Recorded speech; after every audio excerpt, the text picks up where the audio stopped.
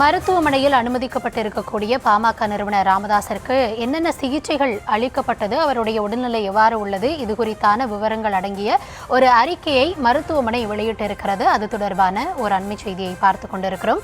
விரிவான விவரங்களோடு இணைந்திருக்கிறார் எம்முடைய செய்தியாளர் ராஜேஷ்.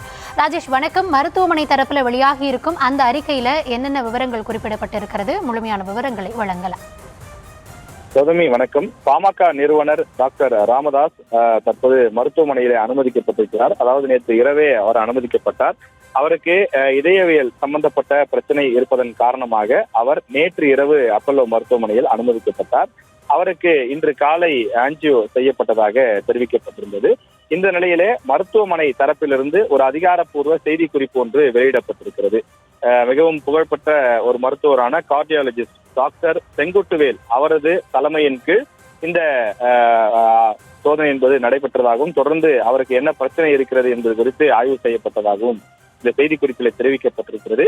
மேலும் வழக்கமான அந்த மருத்துவ பரிசோதனை உள்ளிட்டவற்றிற்காக டாக்டர் ராமதாஸ் மருத்துவமனையில் அனுமதிக்கப்பட்டிருப்பதாகவும், அவருக்கு முழுமையான சோதனைகள் செய்யப்பட்டு 2 நாட்களில் அவர் வீடு திரும்புவார் என்றும் அப்பல்லோ மருத்துவமனை சார்பில் தெரிவிக்கப்பட்டிருக்கிறது.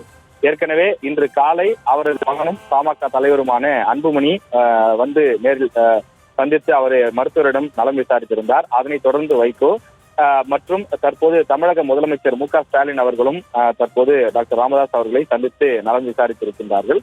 தொடர்ந்து இன்னும் 2 நாட்களுக்கு அவர் மருத்துவர்களுடைய கண்காணிப்பில் இருப்பார். டாக்டர் ராமதாஸ் அவர்களை பொறுத்தவரையிலே ஏற்கனவே 2013 அவருக்கு பைபாஸ் சர்ஜரி செய்யப்பட்டிருக்கின்றது.